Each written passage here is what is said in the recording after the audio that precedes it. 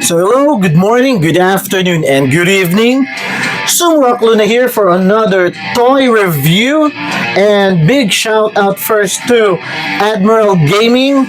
So if you want, please do check out their page, Admiral's Gaming Shop at Facebook. You can see their name on the screen, so please do check out their page.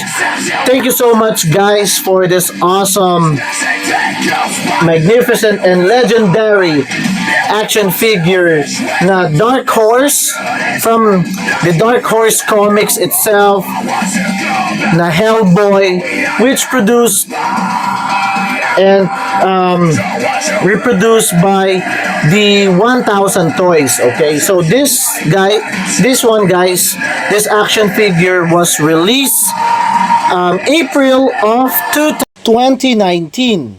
So madami silang version na release. So was the first release in 2019, and they have the second release, which was way back, or not way back, just last year of 2024 December, for the 30th anniversary naman ng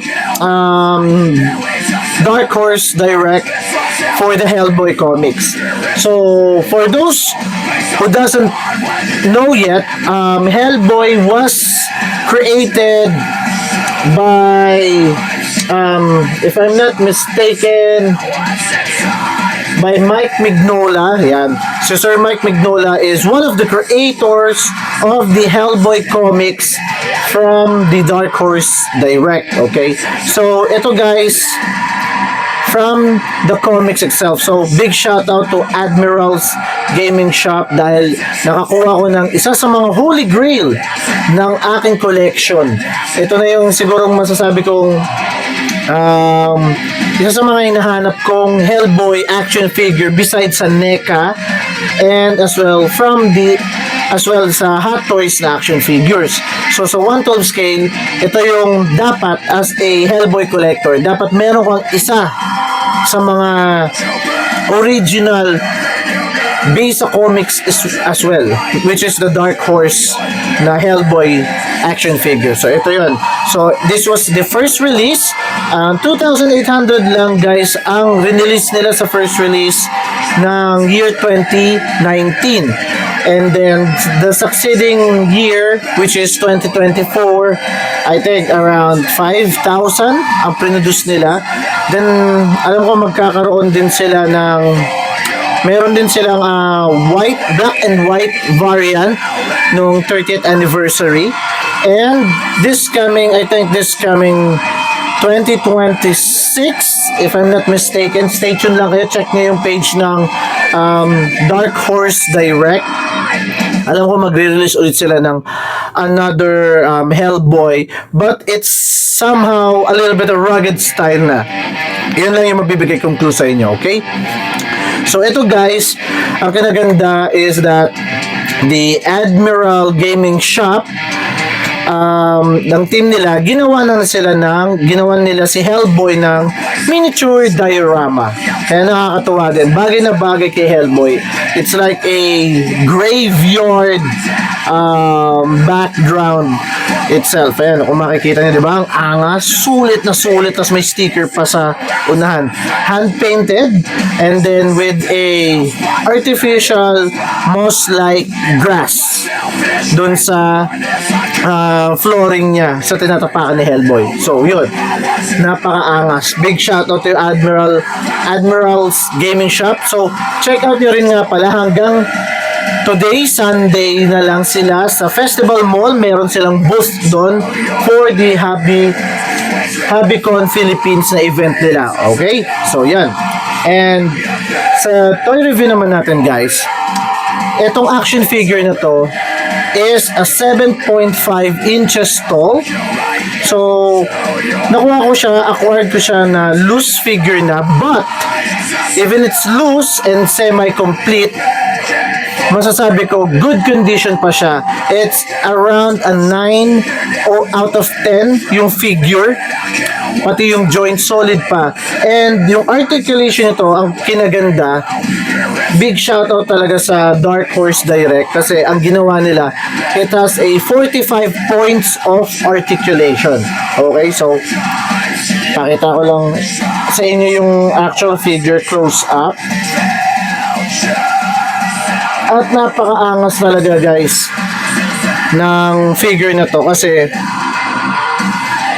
kuwang-kuha niya yung head sculpt and body from the Dark Horse Comics itself by Sir Mike. Ayan no, kita niyo yan, no? Ganda. Wala lang ako nito guys is the alternate head ni Hellboy na parang naka-grinding teeth na yung horns niya is ang tawag ito is cut already yan, hindi to. So, nalalagay lang yung horns yan. Yun ang kinaganda dito.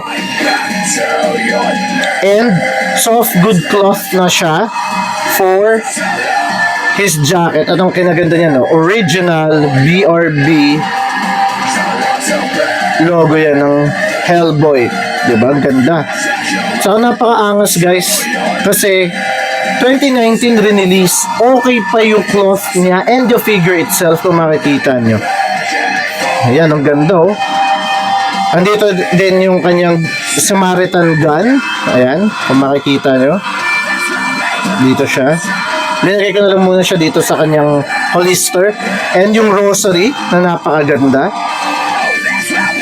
And then, yung Excalibur sword, kung makikita nyo naman, napakaangas. Diba? Solid, napaka-good condition talaga guys. Now, ang isang napansin ko sa figure na to guys, silicone. Okay, silicone ang kanyang main body. Which is, masasabi ko kasi guys na minsan ang silicone can be torn apart, mapunit agad based on your articulation. Pero ito, since 2019 na to guys, malapit na siya mag 10 years. Napaka-solid pa din. Hindi pa napupunit kung makikita nyo. Napakaganda. Yung detalye din ng mga cuts and damages niya guys. So I think for this coming next year na ilalabas din nila, I think it's still the same na silicone. Yun yung maganda sa ginawa ng Dark Horse Direct and 1000 Toys sa creation nila ng action figure. They are really unique and as well distinct with the features dun sa figure na ilalabas nila. Very detailed from the head sculpt, makikita nyo naman. And isa pang distinct and unique figure from 1000 Toys is yung Hand of Doom. Yung fingers is articulated.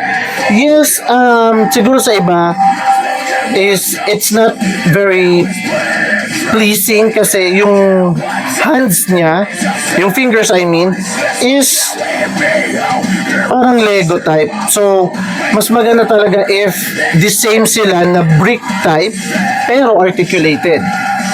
Pero ang ginawa nila to is parang Lego type, which is ang ganda kasi mamumove mo, bahala ka kung anong direction or positioning ng mga daliri, ano, kung makikita, no? Diba? Napakangas, oh. Diba? Ang ganda. Ayan, oh, nakikita nyo naman, nabibend. And good joints pa rin siya, in fairness. Kahit 2019, oops, na-release. And yun nga, guys, nakukonect lang siya. Napaka-simple lang. Okay. Ganyan lang siya. Kakaiba lang yung articulation ng elbow. Kung makikita nyo, di ba? Ayan, no? Not like other elbow niya sa left. But still solid ang articulation niya. Sobrang tight pa nga kung tutuusin eh. Ito nyo, nahihirapan ako mag-move ng, oops, nahulog na, ng joints. So, sobrang angas. So, yun lang ang medyo downside ng 1000 Toys is the horns itself. Kasi kahit brand new, it's easily na natatanggal siya, nadedetach siya. But, then again, nasa sa inyo yan, pwede nyo lagyan naman ng glue tack to tighten up the joints yan, yung paglalagay. Pero sa akin, okay pa rin siya eh. Ganda oh, solid oh. Nandito pa yung horseshoe niya oh. Kaya kapag nilalagay mo yung holster, ayan. Yung knee cap niya, napaka-solid, and as well, yung kanyang parang boots, yung hoof niya, ang ganda oh. As in, mint 9 out of 10 pa rin para sa akin tong figure na to sa condition niya. Ang paganda. May ab crunch siya. Yan, kagaya na sinabi ko, 45 points of articulation siya. Kasama kasi yung fingers. Ayan oh, soft, good na coat. Napaganda. And yung tail sa back, and sa back niya, oh, ayan. Natatanggal din siya, guys. Yan. So, napakaangas. So, overall, detail-wise, from 1,000 Toys and Dark Horse, this is a 10 out of 10. Kahit magluma to, guys, ang ganda pa din ng itsura ng Hellboy. What more pa yung upcoming version ng Hellboy na darating next year, di ba? Ayan. Ganda oh. Sobrang tight. Oops. Ayan. So, mag-iingat lang talaga kayo. Every positioning, every movement ng joints, lalo na kung nakakabit ang kanyang horns, eh, madali siyang matanggal. Okay? Ayan oh. Solid. So, big shoutout again to 1,000 Toys and Dark Horse Direct for creating this legendary comic version action figure na 1/12 scale. And as well, sa Admiral's Gaming Shop na I did not expect talaga guys na makaka-acquire pa ako ng napakaangas na figure ni Hellboy na base talaga sa comics. Ang kulang ko lang dito guys is the alternate open hand and as well the alternate closed fist hand. And as well, kagaya na sinabi ko, yung alternate head na grinding teeth. Yung comparison lang guys, yung the 30th anniversary, ang kinaganda doon kasi is may kasama siyang t-shirt ng anong Hellboy logo, yung all black, yun. Pero the same figure, no other alternate parts, same t-shirt lang yung nadagdag. Yun yung pinagkaiba nila doon sa 30th anniversary. For this coming year naman, next year, yun ang hindi natin alam kung ano yung additional na ilalagay ni 1,000 Toys and Dark Horse Direct para sa Hellboy figure na yun. So, ayun guys. So, hope na-enjoy nyo ang itong quick toy review natin ng 2019 Hellboy from 1,000 Toys and by the Dark Horse Direct ni Sir Mike Mignola, one of the greatest comic artists of the Hellboy series. Alright. So again guys, please do like and follow my page, Sumurak Luna, on Facebook, TikTok, Instagram, and even on YouTube for more toy unboxing and toy review. Alright, so again, this is Sumurak Luna. Thank you for watching. Peace out. And happy collecting and collect responsibly, guys. Alright? Peace out. Bye-bye. Salute.